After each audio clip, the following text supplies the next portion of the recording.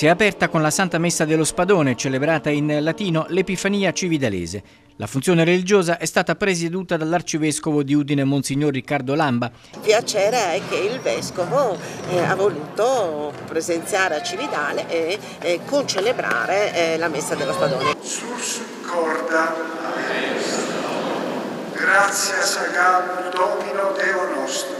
Il Duomo, gremito di fedeli, ha visto rinnovare un rito antichissimo e unico che la Chiesa è riuscito a conservare e tenere vivo nei secoli. La spada, che è l'elemento caratterizzante, è appartenuta al patriarca Marquardo di Nandec ed è stata più volte rivolta al clero e ai fedeli come vuole la tradizione. Nell'omelia l'arcivescovo si è soffermato sul significato dell'Epifania.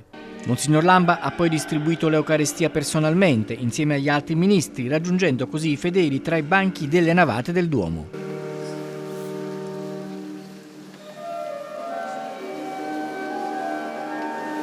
Il tempo del Natale, come ha ricordato Lamba nelle sue parole, si chiuderà domenica con la festa del battesimo di nostro Signore Gesù Cristo.